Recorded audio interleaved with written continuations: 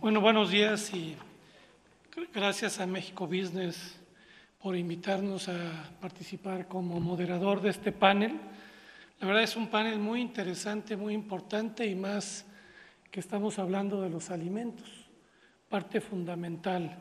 Y más ahorita también estamos en los temas de la negociación del Telecan, que ahorita están en Washington negociando y que serán temas que platicaremos con nuestros panelistas. Y mucho el tema de este panel es el rol de México en la alimentación futura en el mundo. En este panel vamos a tener gente, líderes del sector de clase mundial y de clase nacional. La verdad me da mucho gusto compartir con varios de ellos este panel. Vamos a pedirle que pase Javier Valdés, que viene de Syngenta, ahorita les doy sus datos generales. También a Luis Musi, que es un gran amigo de Come Carne y de Sigma. A Diego Antonio Martínez, que es presidente de la Junta Directiva de Aneberris. Y a Ramón Paz, que es el presidente de la Junta de Aguacates en México, un producto que ahora es el oro verde mexicano.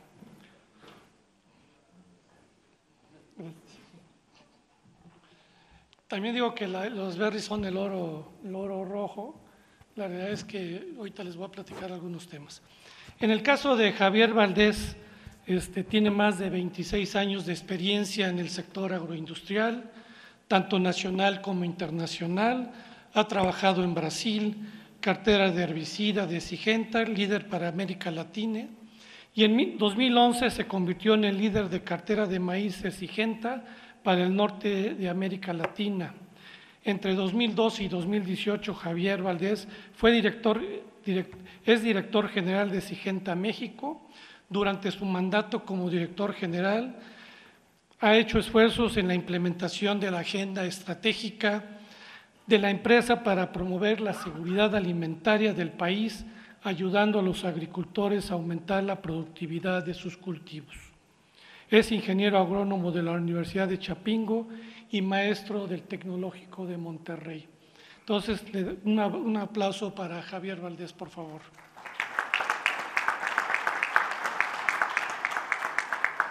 En el caso de Luis Musi, que llevamos muchos años de relación, Luis Musi tiene una larga experiencia en el sector de alimentos y la inversión. Ha sido director de Relaciones Institucionales de Sigma Alimentos.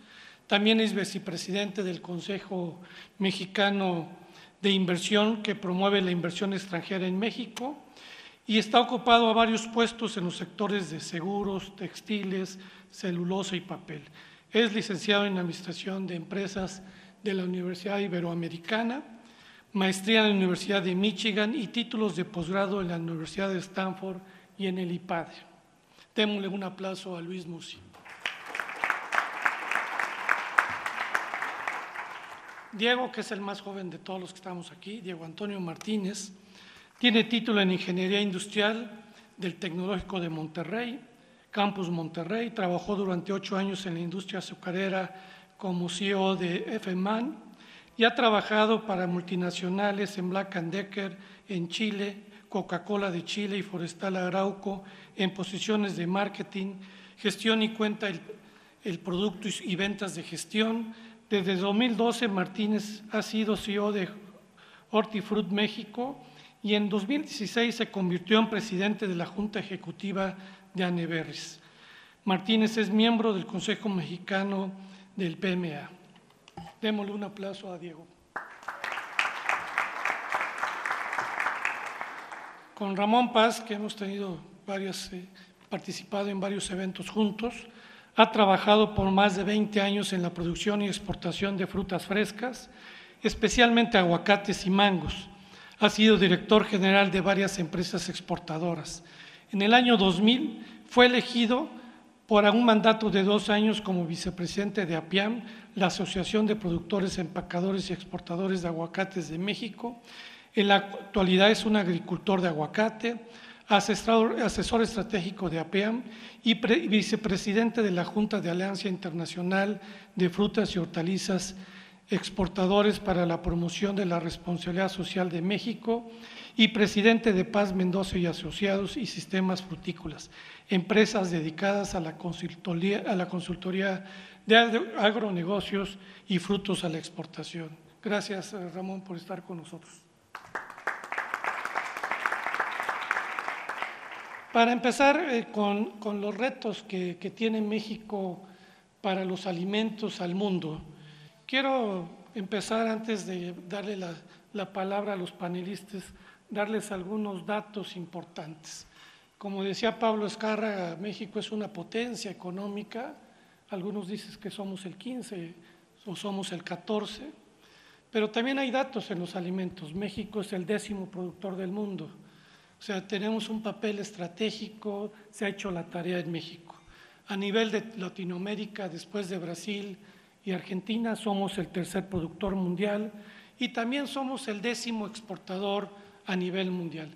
Eso nos coloca como gran jugador en el sector agroalimentario.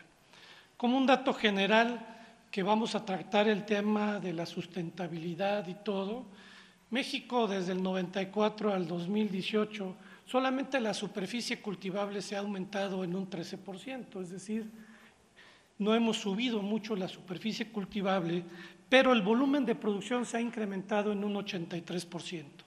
Esto quiere decir que aunque en el sector rural sí tenemos mucha gente pobre, mucha gente que hay que ayudar, también tenemos grandes productores, agricultores en el sector. La producción ha aumentado en este periodo un 83% y el valor de producción casi en un 100%. En el caso del rendimiento, que aquí va a estar platicándonos mucho este tema Javier, pues los rendimientos se han incrementado en un 61%. La verdad, hemos utilizado mejor tecnología y hemos logrado aumentar la productividad en el país. México, en este periodo, sus exportaciones han crecido de una forma impresionante, 703%, mientras las importaciones solamente un 260%. Por eso ayer señalaba el presidente Peña Nieto que no pensemos en la autosuficiencia, difícilmente vamos a ser campeones de todo, pero sí en los temas de seguridad alimentaria. Como últimos datos que les doy, México está produciendo de lo que consume el 102, o sea, México sí tiene seguridad alimentaria. En el tema hortofrutícola, estamos produciendo casi 39 millones de toneladas. Ahorita, cuando se firmó el Telecán en 97, producíamos 17 millones de toneladas. Ya ahorita producimos 39 millones, similar a lo que producimos en granos y oleaginosas, que este año va a ser de 40 millones de toneladas. Nada más que el valor de la producción de granos contra hortofrutícola es el doble del sector hortofrutícola. Estamos teniendo esa ventaja comparativa. En el tema de granos sí producimos solamente el 60% de lo que consumimos y somos los mayores importadores de maíz. En el sector pecuario, que aquí tenemos un especialista con Luis Musi, México está produciendo más de 22 millones de toneladas de huevo, de leche, de carne de res, de puerco, de pollo, y la verdad solamente estamos importando el 18%, producimos el 82% de lo que estamos consumiendo. Y en el sector agroindustrial, lo que es el azúcar, lo que es el agave para tequila, lo que es el café, ahí producimos de más y somos grandes exportadores de azúcar, grandes exportadores de tequila y grandes exportadores también de café. Esto en el contexto general podemos ver que México es una potencia agroalimentaria. Abriendo el panel, la primera pregunta que vamos a tener con nuestros panelistas es ¿cuáles son los retos y oportunidades de los productores de la agroindustria hacia el futuro? Entonces yo le pediría a Ramón Paz si nos pudiera platicar brevemente cómo ve él desde su punto de especialista, cuáles son estos retos y oportunidades que tiene México para abastecer el mercado nacional y hacia el futuro al mercado mundial. Muchas gracias, Juan Carlos. Buenos días a todos. Quisiera agradecer a los organizadores de este foro por su invitación y por la oportunidad de compartir estos momentos con ustedes. Hablando desde la perspectiva yo trabajo con los aguacates, estoy muy sesgado a pensar en términos de frutas y hortalizas y por supuesto de aguacates. Y entonces, hablando desde la perspectiva de mi experiencia, creo que una gran oportunidad que se nos presenta en México es la cercanía a los mercados. Y la cercanía quizá al mercado más grande del mundo no debe ser menospreciada, como a veces quizá superficialmente decimos que hay que diversificarnos. Todo. Claro, tiene un valor estratégico la diversificación. En nuestro caso, nosotros hemos sido afortunados con dos factores muy importantes en los que no tenemos ningún mérito. El hecho de que tengamos un producto como el aguacate, que es nutritivo, sano, versátil, sabroso, pues casi sin sustitutos en su uso. Sin embargo, tendríamos que pensar en encontrar productos que puedan tener futuro y que puedan tener, a través de un proceso más racional, más estratégico, en identificar productos. Y esa es una de las grandes oportunidades que yo creo que tiene el país, sobre todo en el sector hortofrutícola. También hemos tenido la bendición de tener unas condiciones de producción extraordinarias en el mercado, en el estado de Michoacán. El suelo, el clima, todas esas cosas también son dadas, no tenemos mérito. Pero creo que esto también se puede llevar a un proceso más racional de encontrar la vocación productiva de las diferentes regiones y de los diferentes lugares. Quiero insistir en lo de los mercados, en aprovechar la cercanía de los mercados. En el caso nuestro, Estados Unidos representa el 50% de todas las importaciones de aguacate del mundo y está a la vuelta de la esquina para nosotros. El problema de la dependencia puede ser grave cuando es solamente en un sentido. Sin embargo, en este caso nosotros exportamos casi el 80% de nuestras exportaciones a Estados Unidos, pero Estados Unidos importa el 80% de sus aguacates de México también, y no hay ningún otro país en el mundo que pueda surtirles ese volumen a lo largo de todo el año. Entonces, la dependencia mutua cambia el nivel de riesgo también. Creo que esas son condiciones de oportunidades que tenemos, y los retos para llevar a cabo eso pues son, creo, por un lado, las políticas públicas adecuadas, que no sean excesivas ni que sean tampoco intervencionistas, pero que sí sean suficientes. En el caso nuestro ha habido políticas públicas muy acertadas en temas fitosanitarios que nos han permitido superar las barreras técnicas del comercio que teníamos. Ha habido políticas públicas en el mercado, en los Estados Unidos, sobre un sistema de promoción, una ley que allá establecen y que nos ha permitido tener fondos para hacer estas promociones, anuncios en el Super Bowl y todo eso. Es gracias a una ley, a un check-off program que hay en los Estados Unidos. Pero en fin, las políticas públicas acertadas, y después la adecuada integración y organización de la cadena productiva, de la cadena de valor. En el caso nuestro hay más de 23,000 productores de aguacate registrados en el programa de exportación de Estados Unidos. El 80% tienen menos de 5 hectáreas, es decir, es una industria que realmente está muy fragmentada y se basa en productores muy pequeños, y ahí sí ha sido un mérito saber organizar a todo este gran número de pequeños productores e integrarlos en una cadena global competitiva. La organización de la cadena también. Y después, en la medida que haya la posibilidad de hacer programas de promoción y programas de desarrollo para los productos que estamos teniendo. Creo que esos serían desde mi perspectiva. Gracias, Ramón. Y la verdad, pues de cada 10 aguacates que se producen en el mundo, 3 son mexicanos, ¿no? Y es nuestro segundo producto que más exportamos. Diego, en el tema de Aneberries, la verdad, pues es el 6º productor que estamos exportando y exponencialmente está creciendo. ¿Qué nos platicas? Gracias, Juan Carlos. Gracias, México Business Forum, por la invitación. Bueno, el caso de las berries es un caso de éxito reciente. La realidad es que los primeros establecimientos, las primeras plantaciones comerciales de berries en México datan del 84, o sea, realmente, y fueron en la zona precisamente de Uruapan y Los Reyes, que eran zonas cañeras, donde empezó a establecerse el cultivo de zarzamora, y hoy día tenemos arriba de 12,000 hectáreas productivas en la región. Las oportunidades hay miles, o sea, todo el halo de salud que gira en torno a los berries es lo que ha aumentado muchísimo el consumo a nivel mundial, guiado principalmente por Estados Unidos, que sigue siendo nuestro mercado destino con arriba del 90% de las exportaciones.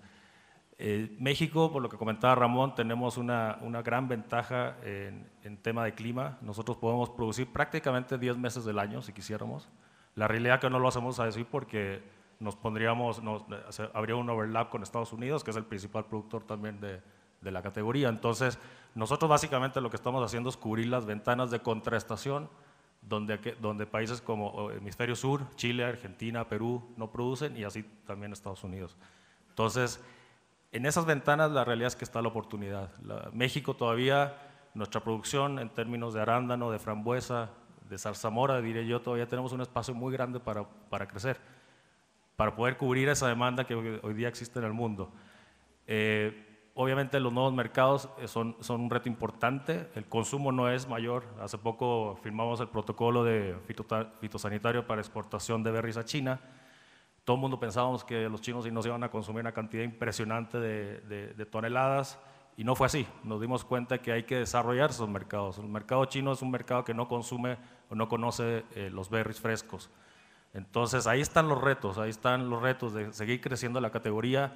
Por supuesto, temas fitosanitarios. Hoy día tenemos un problema serio de Fusarium en la zona de Los Reyes, por una razón sencilla, que no ha habido una rotación del cultivo, no ha habido un mejoramiento genético, no ha habido un tema de manejo adecuado en el campo. Entonces ahí tiene que haber un acompañamiento no solamente de la IP, también del gobierno. Entonces esos temas por supuesto que son preocupantes, y tenemos que poner atención si queremos seguir siendo grandes exportadores de berries para el mundo. Gracias. Luis, tú con tanta experiencia en el sector de la agroindustria, bueno, México es el 7º productor de proteína a nivel mundial. Jugamos un papel estratégico tanto en res como en cerdo, como en leche, como en huevo, que somos el mayor consumidor de huevo per cápita del mundo. ¿Qué nos puedes platicar por parte del sector pecuario y la agroindustria de alimentos, las perspectivas que está viviendo el sector? Pues muchas gracias, Juan Carlos. Muy buenos días nuevamente y gracias por la invitación a participar con ustedes y con tan distinguidos compañeros.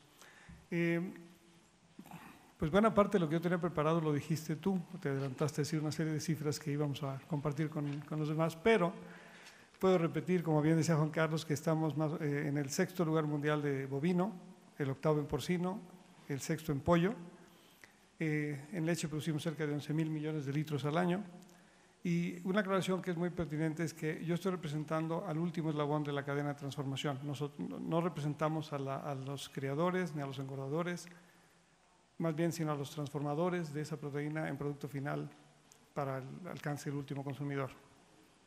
Entonces, pensando en el tema de la industria agropecuaria en ese sentido y lo que viene como la agroindustria posterior, creo que es muy importante reconocer que hay una clara distinción entre, se habla del campo mexicano y tú mencionaste la idea, el campo mexicano es diverso, es distinto, por lo menos podemos hablar de dos campos, el campo tecnificado y el campo tradicional, que tiene que estar a nivel subsistencias y en otro tipo de programas y de apoyos y de crecimiento, tiene que distinguirse claramente. El campo moderno, el campo tecnificado ha provocado lo que mis compañeros han dado ya ahorita en crecimientos y en volúmenes impresionantes. Tú hablabas de 700 y pico % de crecimiento en importación. En la parte de la proteína animal es un tema que se va en un fuerte crecimiento, dado que a la medida que las economías van siendo más fuertes, el consumo de proteína animal crece en el mundo entero. Hay mercados más maduros, más estables, pero todavía los mercados que están en crecimiento tienen un potencial enorme de crecimiento. Al mismo tiempo, ha presentado ciertas críticas y ciertos retos el tema de la proteína animal, del consumo de agua, la producción de gas metano, etcétera. Pero es un tema que tenemos que reconocer cómo manejarlo. No podemos desconocer que existe, tenemos que aprender cómo manejarlo. Y cómo manejarlo adecuadamente es uno de los desafíos más importantes para darle sostenibilidad a toda la cadena. México específicamente, primero que nada, tendría que tener el tema de cubrir adecuadamente su demanda. O sea, México tiene una demanda mayor a una enorme cantidad de productos de los que se producen acá y se elaboran acá, y parte de ello se tiene que importar. No estoy hablando de autosuficiencia total, estoy hablando de una especialización, reconociendo la vocación de cada distinto producto. O sea, podemos especializarnos en ciertos productos e importar de aquello que no somos tan eficientes, o podemos conseguir de mejor manera en otros mercados. Eso plantea un reto importante al productor primario. El producto es una commodity, que tiene variabilidades de precio a mercados internacionales, entonces el productor local tiene que aprender a vivir con esa variabilidad también. porque entramos a la competencia del producto final. Si yo compro caro acá, tengo que producir caro y el producto final puede ser sustituido finalmente por productos importados. Habla de la vocación, el fortalecimiento de esta condición fitosanitaria que tiene México es una gran condición que tiene que fortalecer y tiene que encontrar este tema de búsqueda de equivalencias con los otros mercados para hacer mucho más ágil el comercio internacional, hacer este tipo de reconocimientos por los otros países para que el sistema de vigilancia y de prevención fitosanitaria sea reconocido como equivalente y sea mucho más fácil el movimiento de los productos en el mercado internacional. Un tema que nomás lo voy a mencionar porque hay expertos en ello, es el uso de los OGMs para ver qué tipo de cosas podemos hacer en México y cómo debe hacerse. Y tal vez difiriendo un poquitito con Ramón el tema de la diversificación de orígenes y destinos de los productos. Creo que no es sano tener una sola fuente de abasto, porque cuando suceden cosas nos provocan unas disrupciones tremendas. Y asimismo podemos encontrar otros mercados como está sucediendo. México exportaba todo hacia los Estados Unidos, ahorita en el tema cárnico se está exportando a Japón, se está exportando a Emiratos, se está exportando a otros mercados distintos. Creo que así en una muy rápida semblanza se podríamos decir de ese tipo de circunstancias del sector pecuario. Javier, tú que manejas a Sygenta y que ves todo el tema productivo, ¿cómo ves la situación en todo lo que es los retos y en la producción en México? Bueno, creo que Juan Carlos ya describió bastante bien la importancia que tiene México en el papel de la producción de alimentos a nivel mundial. Un gusto y un agradecimiento por estar en este importante foro con actores claves de la cadena productiva en México. Y creo que una de las razones de por qué México es uno de los actores o líderes productores de alimentos es por las características de producción que tiene. Nosotros contamos con 24.6 millones de hectáreas para la producción agrícola. Tenemos, mencionaba Pablo en la ponencia anterior, 11,000 kilómetros de litoral para la producción pesquera. Tenemos alrededor de 110 millones de hectáreas para producción de ganado. Entonces tenemos una plataforma productiva muy importante. Pero también tenemos un clima muy favorable, tenemos climas temperados en el norte, semitropicales en el centro y tropicales en el sur, lo cual nos permite tener áreas productivas en algunas zonas para hacer 2 o incluso 3 cultivos al año. Esto no lo pueden hacer nuestros países del norte, que son unos consumidores importantes, el principal consumidor del mundo. Entonces, eso nos da una plataforma de producción muy buena. Sin embargo, todo esto no sería posible si no tuviéramos agricultores y empresarios que aprovechen estos recursos para hacer de la actividad productiva agrícola una actividad que tiene que ser rentable y que tiene que ser sustentable. Entonces, para lograr esto, el gran reto para nosotros en México es hacer que esta producción agrícola sea rentable y sustentable. Y cuando pensamos un poco en lo que está en la cabeza de nuestros productores, nos damos cuenta, en base a las encuestas nacionales agropecuarias, que su principal preocupación pues es el costo de los insumos, es el cambio del clima, el calentamiento global, son los problemas de plagas, enfermedades, malezas, es el conocimiento de cómo usar las tecnologías que constantemente se están renovando y también cómo accesar a los recursos para comprar esas tecnologías, el crédito o el seguro agrícola.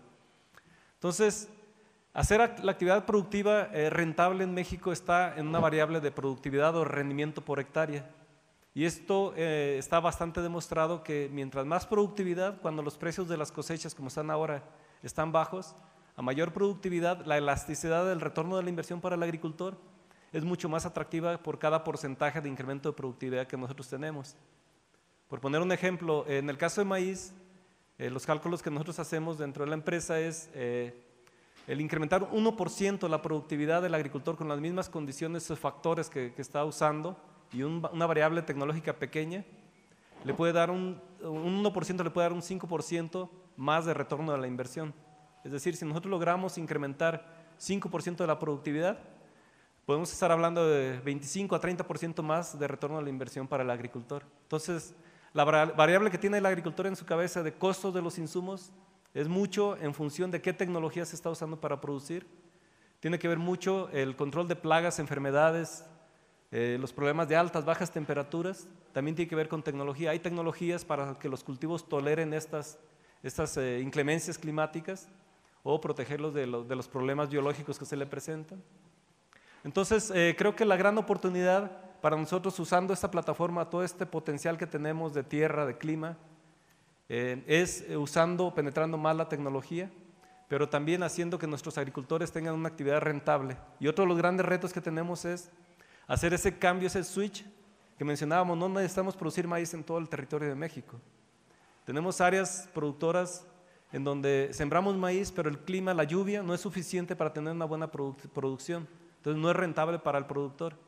Sin embargo, si nosotros tuviéramos soya o tuviéramos frijol, un cultivo de maíz necesita más de 1000 milímetros de precipitación por año, mientras que un frijol con 400, 600 milímetros tienes productividades y un cultivo más rentable que el maíz.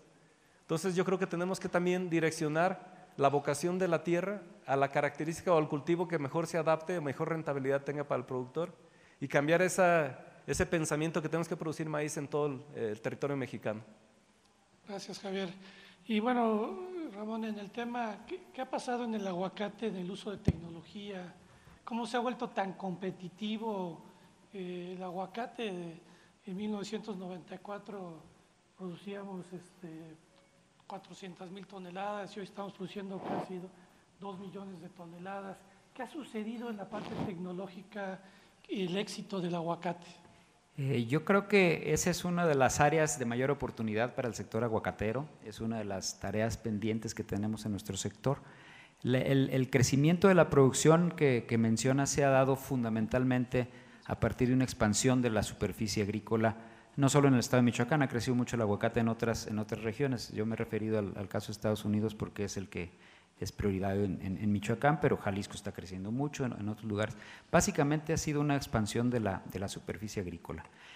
Un tema pendiente es incrementar nuestra productividad y hacerlo de una manera que sea sostenible, como también ya se comentaba.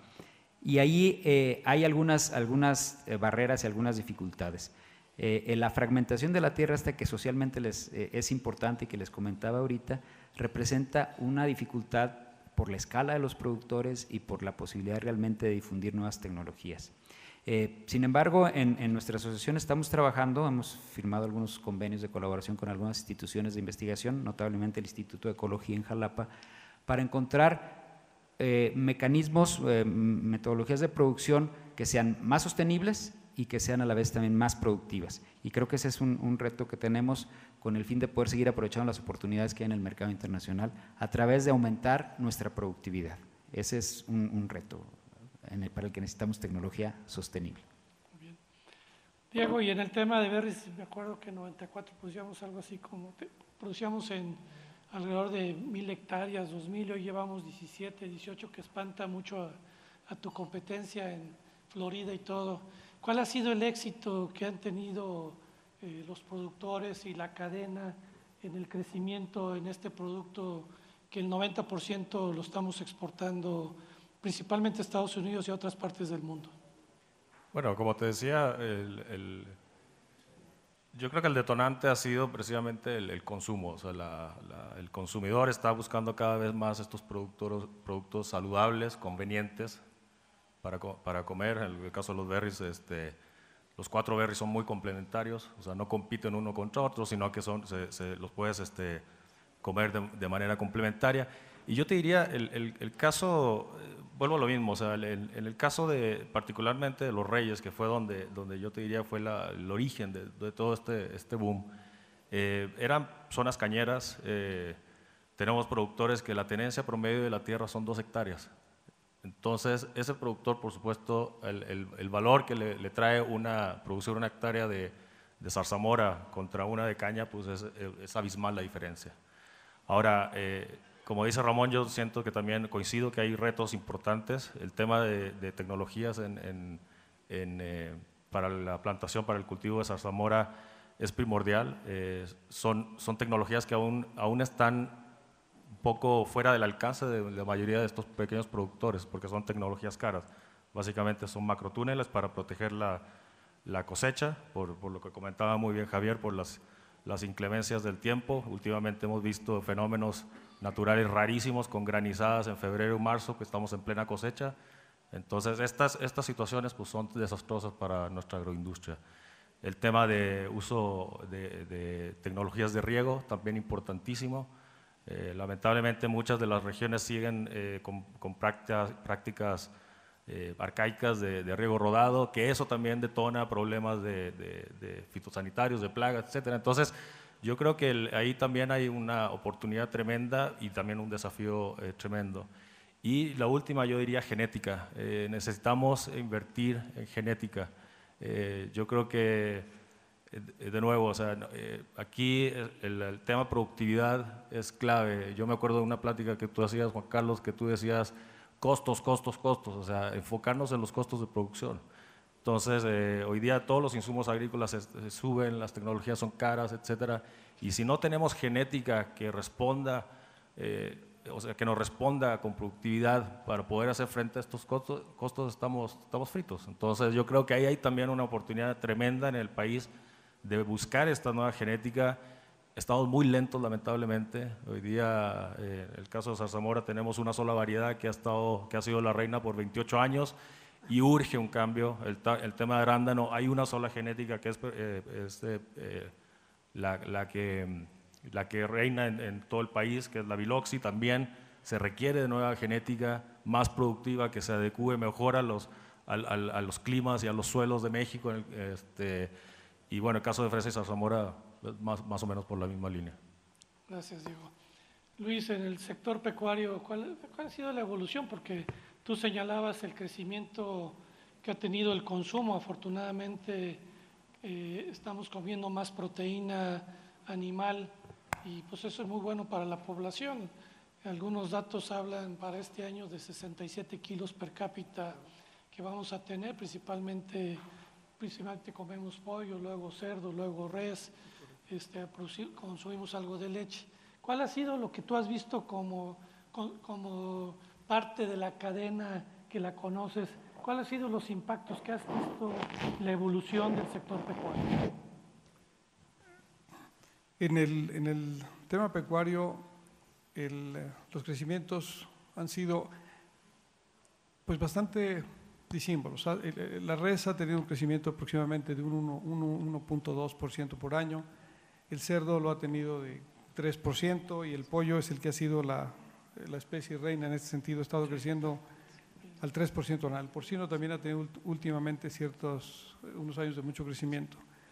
El reto es este crecimiento se ha dado y viene, como decía yo, el incremento en el consumo de proteína animal y básicamente cárnica. No estaba yo tocando el tema lácteo, que también ha sido importante la forma en que ha crecido. Pues al decir nosotros que somos la parte final del eslabón, tenemos ese conocimiento del consumidor. El consumidor está demandando este tipo de productos. El consumidor quiere nuevas variedades o nuevas presentaciones o nuevas formas de poder consumir esta proteína. No vemos ningún tipo de limitante en el ritmo de crecimiento. Insisto, el pollo, por la facilidad que tiene y por los menores costos y por la velocidad de transformación, ha sido el alcance que tiene el consumidor a esa especie, ha hecho que crezca no solamente en México, en todo el mundo. Es una de las especies con mayor crecimiento en el consumo de proteína animal. Uno de los retos es ese, el estar buscando qué tipo de producto final quiere el consumidor, adecuar la producción a lo que el consumidor está necesitando, el uso de las tecnologías adecuadas, sobre todo para garantizar la inocuidad del alimento que se va a estar distribuyendo a lo largo del país o del mundo. Y ese es uno de los temas que pues con mayor cuidado tenemos que tener para no perder la condición sanitaria, al contrario, fortalecerla y mejorarla. No solamente en lo pecuario, es un tema que nos compete a toda la parte primaria, porque esa es la clave para poder acceder a mercados fuera internacionales, ¿no? En el tema de la tecnología, creo que es un tema importante resaltar necesidad de una comunicación constante entre la academia, la investigación y la industria. ¿Qué es lo que realmente está necesitándose? No hacer investigación meramente teórica, es una investigación mucho más aplicada, que tenga resultados mucho más efectivos y favorables, que a su vez fomenta más la investigación. O sea, aquello que se queda en los libros es muy interesante, pero la aplicación práctica es uno de los retos más importantes que tenemos para llevarla a la práctica y al beneficio finalmente del consumidor. Gracias, Luis. Y bueno, con Javier voy a aprovechar porque hay algunas preguntas y atañen a unos temas. Parte de tecnología, que nos platiques qué ha sucedido en México, pero también en los OGMs, los transgénicos, que ya sabes quién no le gusta. Entonces, ¿nos pudieras platicar cómo ves tú el uso de OGMs?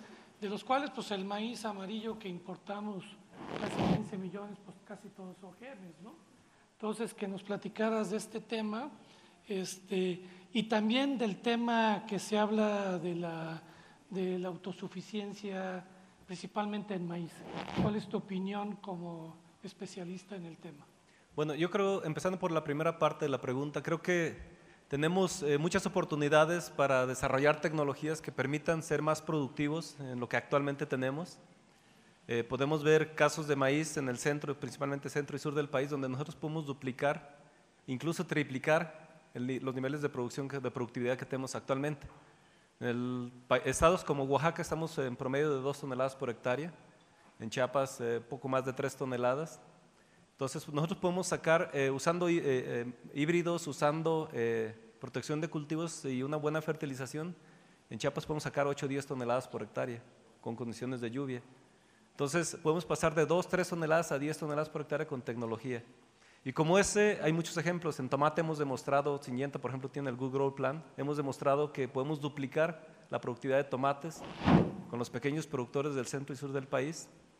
Entonces, es una serie de tecnologías que estamos desarrollando desde la genética. Nosotros desarrollamos tomates resistentes a virus, incluso tenemos sandías en donde nosotros injertamos sobre una calabaza, insertamos la sandía con las características que el consumidor quiere obtener. Pero esa calabaza le permite resistir a enfermedades del suelo como Fusarium o otras enfermedades. Entonces, ese tipo de tecnologías ya las tenemos implementadas en México y hay que expanderlas o penetrar nuevas tecnologías. Ahora, ¿qué otras tecnologías existen en el mundo que México no está aprovechando? Bueno, estamos aprovechando en algunos cultivos. Como saben, el caso de algodón en México desapareció porque los agricultores tenían que aplicar más de 20 veces para controlar las plagas y ya no era viable económicamente. En un ciclo de cultivo de 5 o 6 meses, aplicar 20 veces para controlar las plagas no es económicamente rentable. Y la biotecnología ayudó que el algodón regresara a México. Y el algodón ahora nuevamente se produce en el norte de México, Chihuahua, Baja California, Tamaulipas, otros estados, gracias a esta tecnología. Mencionabas del maíz. El maíz también estamos importando 14, 15 millones de toneladas de Estados Unidos, todo transgénico. Y la tecnología tiene más de 20 años y nunca se ha demostrado a través de un estudio científico que haga algún daño para la población. Entonces, creo que son herramientas tecnológicas que están disponibles para que nuestros agricultores en México tengan también la competitividad desde el punto de vista tecnológico con productores como de Estados Unidos, Argentina, Brasil, Honduras, Colombia, que están usando estas tecnologías. Entonces creo que el desarrollo tecnológico o la disponibilidad de herramientas tecnológicas para los productores pueden ser una alternativa para hacer lo que mencionábamos, rentable y sustentable el cultivo en México. Gracias, Javier. Y bueno, dentro de las preguntas que tenemos, Ramones, que nos hacen y todo que está de moda es el Telecan. ¿Cómo ven la situación actual para el caso de aguacate y para el sector? Las negociaciones que ahorita esperemos que se cierren en los próximos días. Gracias, Juan Carlos. En el caso del aguacate, nosotros somos cautelosamente optimistas. Les comentaba hace un momento la mutua dependencia que hay. El mercado de Estados Unidos hoy consume aguacate en el 52% de los hogares. Ha aumentado el consumo per cápita de 500 gramos hace 20 años a 3,5 kilos ahora, ha aumentado 7 veces, 700%. Entonces es un producto que ya se consume habitualmente y no hay ningún otro país que lo pueda surtir a lo largo de todo el año y en los volúmenes que se requieren. De modo que Al no haber un proveedor sustituto, estamos cautelosamente optimistas de que el comercio de aguacate hacia Estados Unidos va a continuar con o sin Tratado de Libre Comercio. Pero por otro lado hay una serie de argumentos que respaldan esto que estamos nosotros planteando. Por ejemplo, cuando se habla de los daños del comercio en la retórica que se está usando en la administración actual de los Estados Unidos, nosotros les podemos decir, y tenemos estudios que demuestran cómo la cadena de valor del aguacate mexicano está creando valor para la economía norteamericana. Estamos creando alrededor de 19,000 empleos en Estados Unidos que generan alrededor de $1,200 millones en ingresos salariales para esas personas. La cadena paga unos $600 millones en impuestos a los Estados Unidos. Los productores de California, que son la industria doméstica que podría estar dañada, en realidad se ha mejorado muchísimo. Hace 20 años ellos vendían su fruta a un promedio de 60 centavos de dólar por libra. El año pasado la vendieron a 1.10 gracias a la expansión de la demanda que ha venido con el aguacate de México. Eso sin contar todos los beneficios sociales y económicos de nuestro lado. Al tener esta cantidad de 20 y tantos mil productores pequeños, de tener 75,000 personas que trabajan diariamente y a lo largo de todo el año en el sector agropecuario del aguacate, tenemos casi 100,000 familias que ya no migran. Michoacán era uno de los principales estados que enviaban migrantes. Hoy día hay una migración negativa. Hay casi 100,000 familias que están teniendo un nivel de vida razonable, bueno. Todos esos factores los hemos estado poniendo en la mesa tanto aquí en México como con los negociadores de los Estados Unidos y esperamos que eso pues permita mantener el comercio del aguacate como lo hemos visto hasta ahora, incluso con un pequeño arancel si fuera necesario. Lo paga el consumidor, ¿no? Al final lo va a pagar el consumidor americano porque no hay alternativas. No sé, Rebeca, si hay más tiempo o ya lo damos por terminado, porque ya metí también sus presentaciones y preguntas. Por acá hay otra pregunta. Bueno, damos una pregunta más, pero sí, una disculpa, tenemos que continuar con el programa. Con gusto. ¿Cómo están ustedes trabajando para, además de expandir la producción agrícola, también contribuir en la conservación de la biodiversidad? Como bien sabemos, bueno, en el sector turismo, una de las áreas calificadas de manera más baja es precisamente la conservación de la biodiversidad que tenemos en el país. En el sector estamos trabajando para crear esas experiencias de las que hablaba Pablo Azcárraga, en la cual se conozcan las especies nativas, se conozcan las tradiciones, los hábitos, pero si el objetivo es satisfacer las necesidades del consumidor, no vamos a afectar la biodiversidad, no debemos también educar al consumidor. ¿Qué están haciendo en ese sentido? No sé, Javier o Diego, ¿quién quiere? Sí, tal vez a mí me gustaría comentar, estuve apenas hace unas semanas atrás en la zona de Tapachula, en Chiapas. El desarrollo del turismo combinado con la producción agrícola, específicamente la zona cafetalera del Soconusco, es muy interesante cómo las fincas cafetaleras están teniendo infraestructura de restaurantes, de hospedaje, de hotelería, que es un modelo que también en Colombia y otros países productores de café están desarrollando muy fuerte, porque es muy atractivo la belleza en esas montañas, en donde el café en medio de la vegetación natural de la zona, tienen una posición espectacular para desarrollar el turismo. Entonces la gente llega, anda en caballo, anda en motos y combinan este tipo de desarrollo turístico. Entonces da mucho gusto ver cómo la actividad agrícola combinada con el turismo está generando también riqueza en esas comunidades agrícolas. Bueno, pues gracias Javier, Luis, Diego, Ramón por su participación y pues a ustedes de estar atentos a los temas del sector agroalimentario. Gracias a todos ustedes. Muchísimas gracias.